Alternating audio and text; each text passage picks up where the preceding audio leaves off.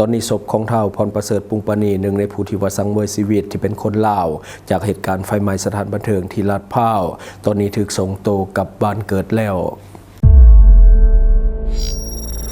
Time to share สัมผัสการเดินทางแบบใหม่ไปกับmigula.com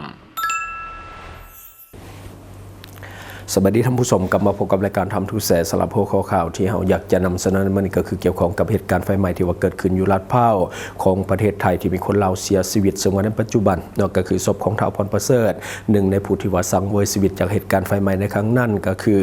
ถูกส่งตัวหรือว่าส่งศพกลับบ้านเกิดเป็นที่เรียบร้อยทีมงานหน่วยกู้ภัยแขวงขมวน1624ได้รับการประสานงานจากมูลนิธิปอเต็กตึงในประเทศไทยเพื่อรับส่งต่อศพผู้เสียชีวิตจากเหตุการณ์ไฟไหม้สถานบันเทิงอยู่เขตลาดพร้าวกรุงเทพมหานครของประเทศไทยชื่อเฒ่าพรประเสริฐปุงปณีซึ่งว่าเป็นพนักงานบริการของห้างที่ว่าเกิดไฟไหม้ซึ่งทีมงานหน่วยกู้ภัยแขวงขมวน1624ได้รับศพจากมูลนิธิปอเต็กตึงที่มาส่งให้ฮอดด่านชายแดนเท่านั้นก็คือที่ครัวมิตรภาพลาวไทยแห่งที่2สวรรณเขตมุกดาหารทางฝั่งประเทศไทยแล้วทีมงานกู้ภัยของแขวงขมวนจะได้ดำเนินการต่อเพื่อส่งศพของเฒ่าพรประเสริฐปุงปณีกลับไปที่บ้านเครือเขากาดอยู่ที่หลัก18เมืองอุทุมพรแขวงสวรรณเขตซึ่งเป็นบ้านเกิดของผู้เสียชีวิตเองซึ่งพ่อแม่และญาติพี่น้องของเขากำลังตั้งตารอคอยกันกับบ้านของเขาถึงแม้ว่าเขาจะบ่มีลมหายใจแล้วก็ตามเดี๋ยวเราจะให้ท่านผู้ชมไปเบิ่งภาพตอนที่อายของเราหรือว่าเฒ่าแก้วอุดรปุงประเสริฐเขาไปรับศพของน้องชาย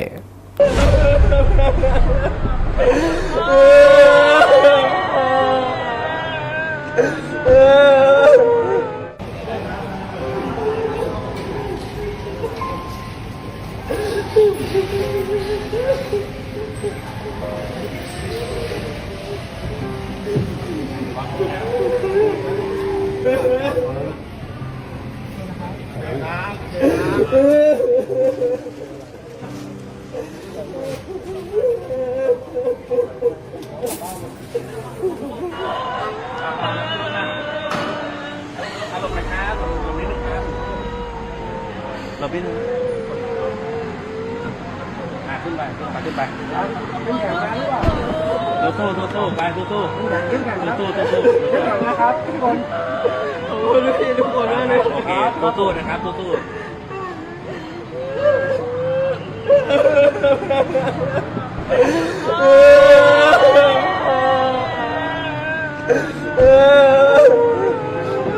ไม่เป็นไร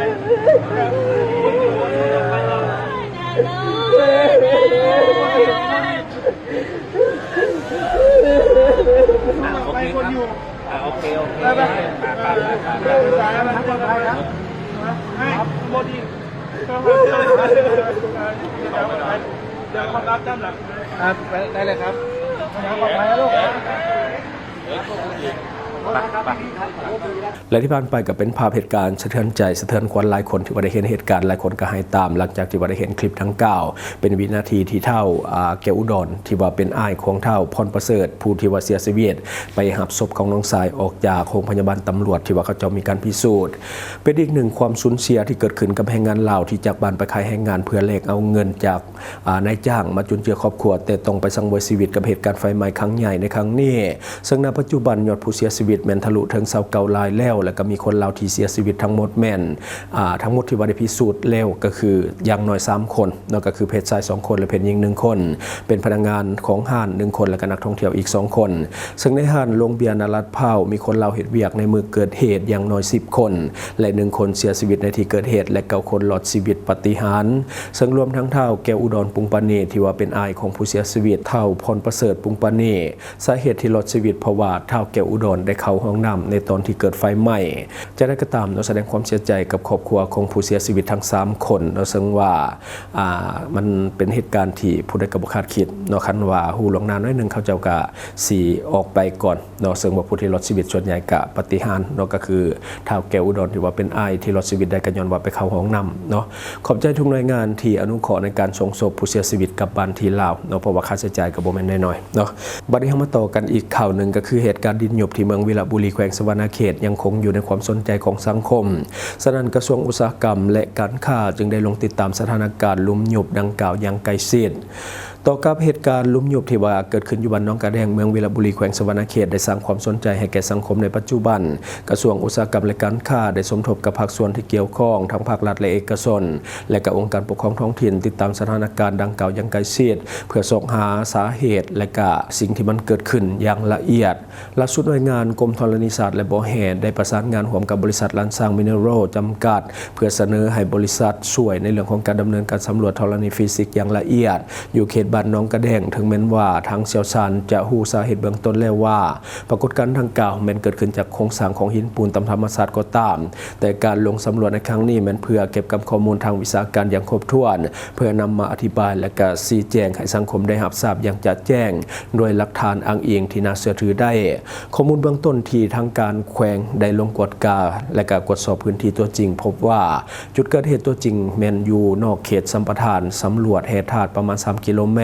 แล้วได้ก็ตามทางกระทรวงอุตสาหกรรมและการค้ายังจะได้สืบต่อสมทบกับทุกภาคส่วนเกี่ยวข้องเพื่อกวดการายละเอียดเพื่อที่จะสอบหาสาเหตุที่แท้จริงและรายละเอียดเรื่องของงานความคืบหน้าให้สังคมได้รับทราบเป็นแต่ละระยะพร้อมนั้นก็เรียกร้องมายังสังคมจงบริโภคและก็รับชมข่าวอย่างมีสติและก็ให้ติดตามข่าวสารจากแหล่งข่าวของภาครัฐและก็แหล่งข่าวที่น่าเชื่อถือได้ขอเรียกร้องอย่าเฝ้าแตกตื่นหรือว่าแชร์ข่าวที่บ่มีแหล่งที่มาที่ชัดเจนเชื่อถือได้ซึ่งอาจสร้างความสับสนในสังคมทางกระทรวงอุตสาหกรรมและการค้าและหน่วยงานที่เกี่ยวข้องให้คำมั่นสัญญาจะสืบต่อในการเฝ้าระวังสถานการณ์ดังกล่าวอย่างใกล้ชิดและก็จะแจ้งความคืบหน้าให้กับสังคมได้รับทราบเป็นระยะผ่านช่องทางข่าวสารของทางการเท่านั้นอันนี้ก็คือในของข่าวเนาะคือการออกมาตอบประเด็นที่มันไวเกินไปโดยที่ยังบ่ทันได้สำรวจนี่โดยที่ยังบ่ทันได้สำรวจแบบละเอียดนะก็คือแบบเป็นรูปธรรมเห็นมันผ่านมา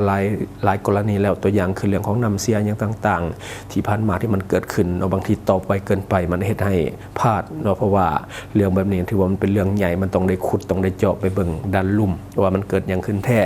แล้วจังค่อยตอบเนาะอันนี้ก็คือสิ่งที่หลายคนกำลังเฝ้าเพราะว่าที่ผ่านมามันผ่านไปหลายเทื่อแล้วเนาะกรณีนี้ถ้าว่าบริษัทลันซางมิเนอรัลเข้ามาสำรวจแห่งเป็นการดีเพราะว่าเขาเชี่ยวชาญอยู่แล้วบริษัทลันซางมิเนอรัลก็คือบริษัทที่ขุดค้นก็คือแห่คำอยู่เซโปนนั่นเองเพราะว่าตอนนี้เหตุการณ์ดินหยบมันบ่ได้เกิดขึ้นแต่ในบ้านน้องกระแดงเท่านั้นแต่ว่ามันเกิดที่บ้านกระแตนายมเมืองวีระบุรีแขวงสะหวรรณเขตนำด้วยถ้าเรื่องนี้มีการสำรวจจากเชี่ยวชาญจริงจะดีสำหรับชาวบ้านเพื่อสร้างความสบายใจขึ้นมาแน่เนาะบัดนี้มาต่ออีกข่าวหนึ่งก็คือปฏิบัติการสกัดกั้นขบวนการขายยาเสพติดยึดยาบ้าได้ 4.8 ล้านเม็ดพร้อมกับรถกระบะที่เป็นของกลาง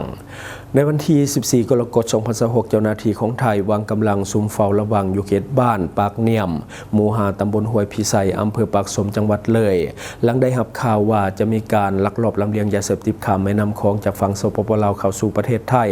เวลาประมาณ 3:50 นาทีเจ้าหน้าที่ได้พบเรือลำหนึ่งแล่นออกจากฝั่งสปปลาวข้ามแม่น้ำคลองมาจอดบริเวณปากห้วยน้ำจะใหญ่พร้อมพบรถกระบะต้องสงสัยจอดรอท่าอยู่ในสวนของชาวบ้านใกล้กับทางหลวงหมายเลข211ปากสมสังคมจากการสังเกตการณ์เจ้าหน้าที่พบผู้ต้องสงสัย6คนช่วยกันขนกระสอบสีดำขึ้นจากเรือก่อนนำไปบรรทุกใส่รถกระบะเมื่อเวลา 4 โมงตอนเช้าเจ้าหน้าที่ได้แสดงตัวเข้ากวดจับแต่ว่ากลุ่มผู้ลักลอบได้อาศัยความมืดและหลบหนีลงแม่น้ำคลองขณะที่คนขับเรือได้เร่งเครื่องหลบหนีกลับไปฝั่งสปปลาวได้สำเร็จหลังการกวดค้นพื้นที่เจ้าหน้าที่พบยาบ้าจำนวน12กระสอบประมาณ 4,800,000 เม็ดพร้อมยึดรถกระบะที่เป็นของกลางนั่นก็คือยี่ห้อเชฟโรเลตโคโลราโดสีขาวป้ายทะเบียนก็คือคค7152พิษณุโลกซึ่งเชื่อว่าถูกเตรียมไว้เพื่อลำเลียงยาเสพติดเข้าสู่ภายในประเทศไทยเบื้องต้นยังบ่มีการจับกุมผู้ต้องหาใดเนื่องจากทั้งหมดหลบหนีไปได้เจ้าหน้าที่จึงได้ยึดของกลางทั้งหมดเพื่อนำไปตรวจสอบอย่างละเอียดก่อนที่จะส่งมอบให้กับพนักงานสอบสวนสถานีตำรวจปากสมดำเนินคดีตามกฎหมายพร้อมทางเร่งสืบสวนขยายผลเพื่อติดตามผู้ร่วมขบวนการและเครือข่ายเกี่ยวข้องมาดำเนินคดีต่อไปอันนี้ก็คือในของข่าวเราผู้ส่งยาทั้งหมดก็คือน่าจะเป็นคนลาวเนาะสำหรับผู้ที่มากับเรือแต่ผู้ที่ว่าอยู่กับรถก็คือน่าจะเป็นคนไทยเพราะมันขึ้นเรือนำกันแบบกับลาวหมดเลยน่าจะเป็นคนลาวทั้งหมดขบวนการพวกนี้ส่วนใหญ่มันบ่ค่อยส่งถึงมือกันตัวอย่างคือผู้ส่งก็จะเอาของไปแต่จะบ่ได้ส่งกับมือก็คือจะไปวางไว้ตามจุดต่างๆและจึงให้ผู้ที่ว่าจะมาหับอีกครั้งนึงส่วนใหญ่ผู้ส่งจะเป็นคนลาวและผู้หับจะเป็นคนไทยเพื่อจะลดโอกาสที่เจ้าหน้าที่จะ พบเนาะต้องได้วางตามจุดต่างๆแต่บังเอิญเจ้าหน้าที่ไปเห็นก่อนเนาะอันนี้คือเนื้อในของข่าววันนี้เขาก็ฝากหน่อยหนึ่งสำหรับทางใดที่กำลังมีแผนจะเดินทางเข้ามาท่องเที่ยวสปปลาวมาตอนนี้แม่นกำลังดีแต่ว่าอย่าลืมเนาะศึกษาข้อมูลก่อนที่จะเข้ามาเพื่อป้องกันเรื่องของมิจฉาชีพที่จะเอาเปรียบท่านหากท่านบ่มีการวางแผนที่ดีก่อนสามารถเข้าไปหาข้อมูลล่วงหน้าได้ที่เว็บไซต์ migula.com ซึ่งว่าเป็นเว็บไซต์สนองข้อมูลการท่องเที่ยวลาวแบบฟรีๆข้อมูลที่ท่านจะได้ก็มีข้อมูลสถานที่ท่องเที่ยวใหม่ๆในลาวข้อมูลร้านอาหารต่างๆข้อมูลสถานที่บ้านพักโรงแรมข้อมูลการสำรวจหรือว่ารถพาเที่ยวและก็ข้อมูลพนักงานนำเที่ยวหรือว่าบริษัทท่องเที่ยวสำหรับขั้นตอนการลงทะเบียนมี3รูปแบบก็คือลงทะเบียนโดยเบอร์โทรศัพท์ของท่านได้ทุกประเทศลงด้วยอีเมลและก็ลงทะเบียนด้วย Facebook สมัครง่ายขั้นตอนบ่ยุ่งยากมีความปลอดภัยสูงแถมบริการฟรี 100% ที่ migula.com ท่านที่ยังสมัครบ่เป็นกดลิงก์เข้าเบิ่งในคอมเมนต์ของเฮาได้เลยและทั้งหมดก็คือสิ่งที่เฮาเก็บมาเล่าสู่ฟังหวังว่าท่านจะได้รับสาระดีๆสำหรับท่านที่มาเบิ่งรายการเฮาอยู่คิดเห็นจังไดกับสิ่งที่ว่านำเสนอมาก็คือฝากไว้ภายใต้คอมเมนต์ของเฮาและข้าพเจ้าจะเข้าไปอ่านด้วยตนเองขอขอบใจช่องทางที่คุณสามารถรับชมข่าวสารจาก Time to Share Studio Fanpage Time to Share Laos YouTube Time to Share TikTok Time to Share Laos Facebook สิงห์ดาราสายลินอยู่เมืองลาวใช้แต่เงินกีบลาวและส่งเสริมผลิตภัณฑ์ภายในเพื่อลดพรการนำเข้าสินค้าและแก้ปัญหาเงินตา Subscribe for more video.